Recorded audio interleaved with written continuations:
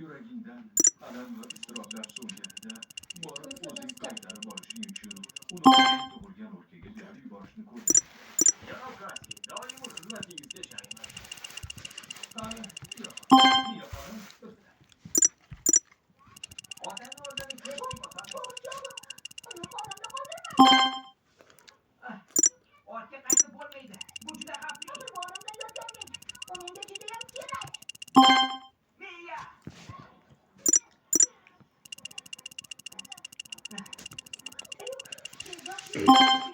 Shoshma. Ammo miyani qutqarishimiz lozim.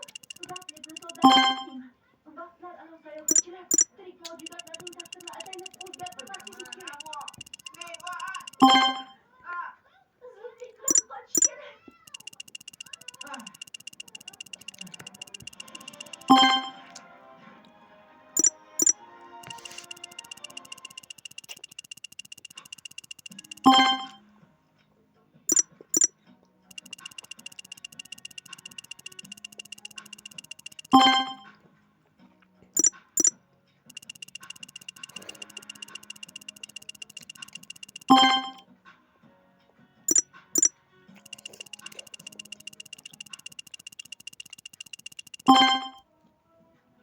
vaqtlar aro sayohat.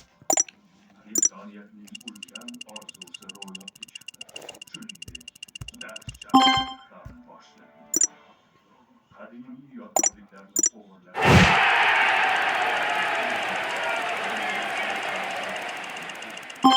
kelishadi. Ularni kim to'xtatadi? Tariximizni bir umrga g'oyib bo'lishdan kim himoya qiladi? albatta men. Eng g'aroyib sarguzashtlar, eng xavfli tuzoqlar,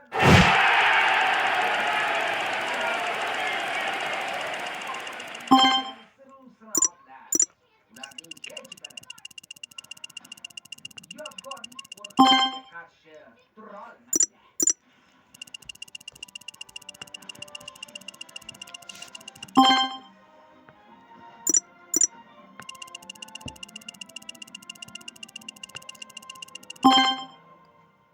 Yo'q, vaqtlar aro sayohatchi.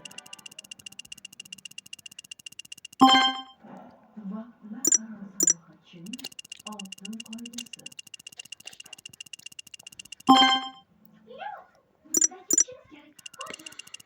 Ketadi. Miya! Miya, polvon! Miya! Miya!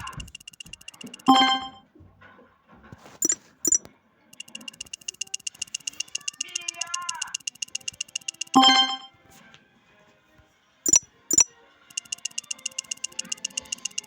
Yo'q, vaqtlar aro sayohatchi. Qo'yvorsenchi. Ortga qaytib, miyani qutqarishim kerak. Bundan boshqa choramiz yo'q. Endi yo'q-da. Lekin hozir ortga qaytib o'zim ko'rishim mumkin. Buning imkoni bor. Senga nima bo'ldi? Istasang qolishim mumkin. Buni o'zim qutqaraman. Nega ishlamayapti? Bolalar. Ha, bu siz ishingizda. Hoziroq qaytishim kerak. Yo'q. Shunchaki o'zgartirib bo'lmaydi. O'zgartirgan taqdirimda ham bu ish kelajak uchun foydalimi yo'qmi bilish zarur. Bunga hatto muvaffaq bo'lmadik-ku. Sizningcha nega tirik mavjudotlar taqdirini o'zgartirish mumkin emas degan qoidani joriy qilgan? Demak, do'stimni hayoti xavf ostida bo'lsa ham hech nima qilmasligim kerakmi? Ha, kechirasiz-u, bunday qila olmayman. Hammasi tugadi-yu. Liftni butunlay o'chirdim. Kutubxonadan qoraymi? Hozirroq.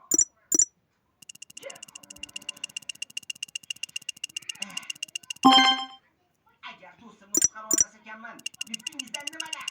Nega bunday ahmoqona qoida joriy qilingan? Yo'q. Poyezddan tushayotganimda buzib qo'ydim. Rey, bu arzimagan narsa. Tezda tuzatib beraman. Xavotir olma. Rostmi? Rahmat. Bundan foydalanolmayman deb qo'rqayotgandim.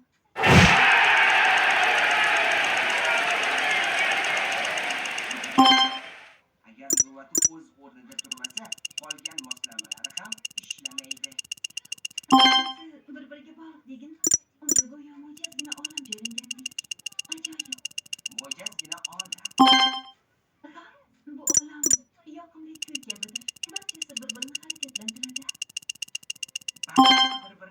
harakatlantiradi.